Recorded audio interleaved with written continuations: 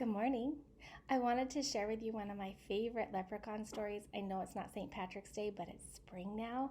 So, spring's best time for leprechauns anyway. But I saw geese this morning.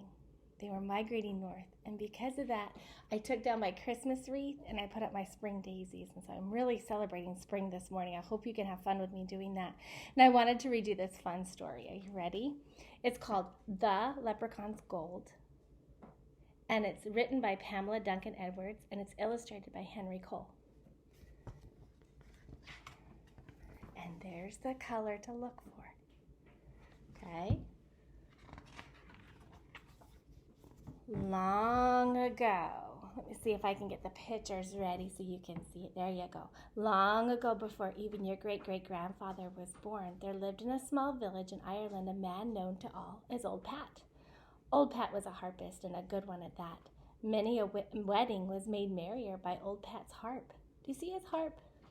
You play that by plucking the strings and holding it in your lap.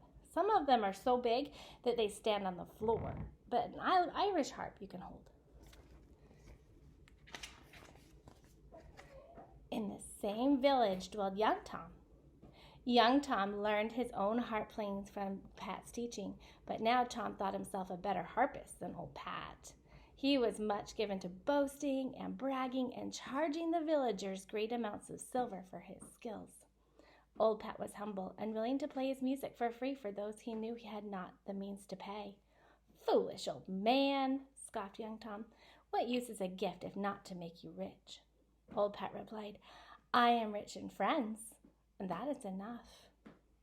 I think Mrs. Corlett's class is rich in friends too. We have a lot of friends.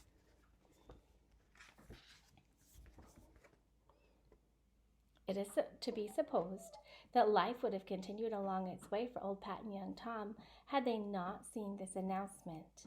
It says, "By order of the king, harping contest to choose the finest harpist in Ireland at the royal palace. All may enter."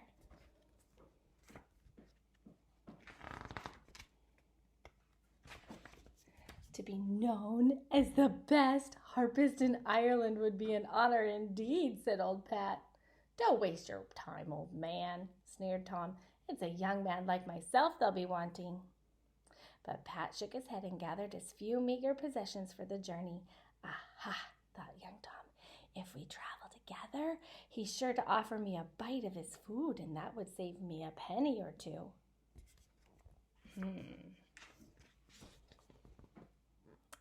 And so it was that on this night the two sat together by their fire of twigs.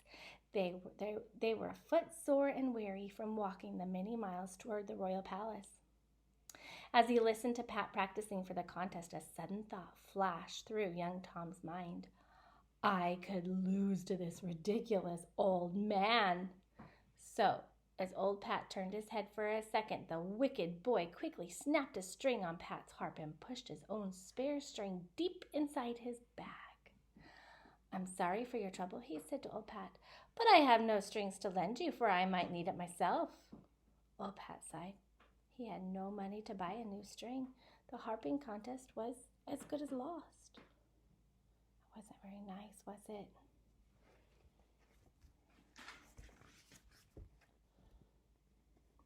Then suddenly, through the darkness came a cry, "Help!" The two men shivered, for they knew tales of tricks played on poor travelers by villain leprechauns. "Surely 'tis the little people that's after us," whispered young Tom. But as the voice rose to a wail, old Pat's kindness of heart proved stronger than his fear of leprechaun tricks. "We must find out who's in trouble," he cried to Tom. "Not I," declared young Tom. "I'll have nothing to do with it. I'll not take the risk of missing the contest." And he turned his back to the voice, and he covered up his ears. Oh dear. It was very nice of old Pat to reach out, wasn't it?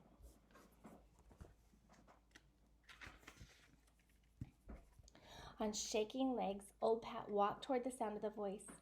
In a clearing, he saw a tiny man with his foot down a rabbit hole. "Help me, sir!" cried the little man. "I took off my shoes to rest my feet, and a rabbit has taken hold of my big toe. Help!" From deep in the burrow came the shrill laugh of a rabbit. "Let go, you rogue!" the little man yelled down the hole. "I'll have you for dinner, you pesky bag of flea-ridden fur!" Oh my goodness. Did you know rabbits did that? Good thing you're not a leprechaun, huh? "I'll soon fix that scoundrel," thought old Pat. He bent down and barked piercingly as a fox might in that night.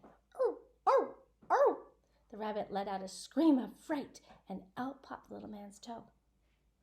"Thank you," cried the leprechaun. "For a leprechaun he was." "Come," said Pat, trying not to laugh for a funnier sight he thought he would never see. "I'm not much to offer, but what I have you're welcome to share."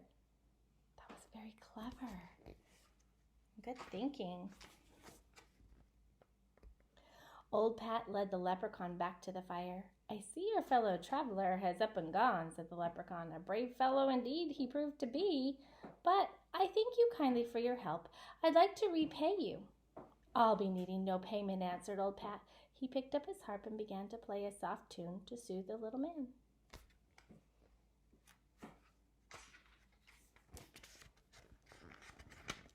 "You play well," said the leprechaun. "But I'm thinking your harp is not in a good way." "I have a broken string," answered old Pat sadly. "I'm on my way to the harping contest at the royal palace, but I'll not win now. I have no money to buy a new string." "Ah," declared Leprechaun sharply, "so it's the gold you'll be wanting."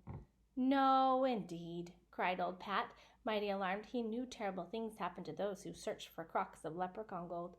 "Ah, but yes, I think it is so," answered the leprechaun firmly. Oh no. Do you think he's going to get tricked by the leprechaun? Suddenly, old Pat's eyes would not stop from closing, and with a sigh he fell asleep. The leprechaun blew a silvery note on his whistle, and out of the forest came a band of little men, each carrying a bag. "He wants the gold," said Leprechaun as he told the tale of old Pat. "You know what to do." The little men nodded solemnly as they clicked open their bags. Oh no, not the gold. Look how beautiful that is. When old Pat awakened the next morning, he looked around in fright, but the leprechauns were gone.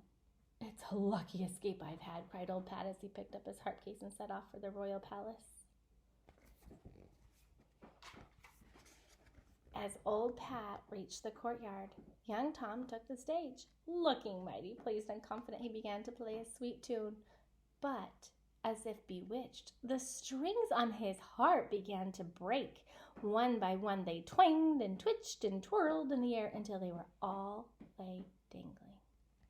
Oh, young Tom gazed at his harp in horror, but then he knew. "Leprechauns," he muttered as he hung his head and shuffled from the stage. Oh dear. Now it was old Pat's turn. With sadness in his heart, the old man reached for his harp, and then his eyes widened. For there inside his bag lay a glittering golden harp. "Oh, the leprechaun's gold!" gasped old Pat. He lifted the golden harp and began to play. He played the merriest music ever heard, so wonderful that the wind itself stopped to listen. A wild tune it was, which filled the people's hearts with joy and their lips with laughter. As magic seized their feet, the people began to dance. And soon the courtyard was filled with dancing, singing, laughing crowd. The other harpists knew now that this was Pat's day and danced right along with the people. Even young Tom, who had learned a hard lesson, found generosity growing in his heart. And when the final note faded away, the king rose from his throne and beckoned to Pat. "Old man," said the king, "the prize is yours. Never have I heard such music, and from now on you'll play always for me and my people. You are awarded the title Royal Harpist of Ireland."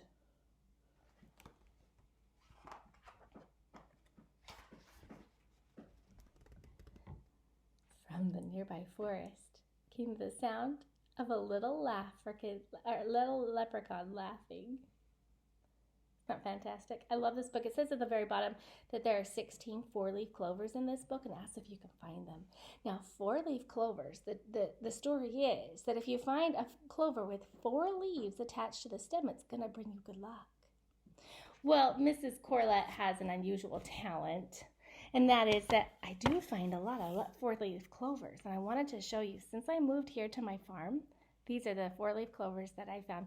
Well, there's been a couple. I gave one to an aunt. But I want you to see the four-leaf clovers that I found. Now, this one's extra special. Do you see this one right here? Can you count? It's 1, 2, 3, 4, 5. I actually found a 5-leaf clover, and they really truly are all attached. Isn't that amazing?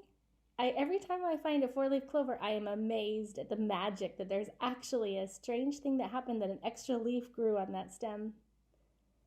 They used to be very green, but of course, when it quits being the food factory for the plant, it doesn't need to stay green anymore. But I'm sure pleased with my 4-leaf clovers. I hope when you find clovers, you always take a little peek, because you just never know where you're going to find them. Have a great day.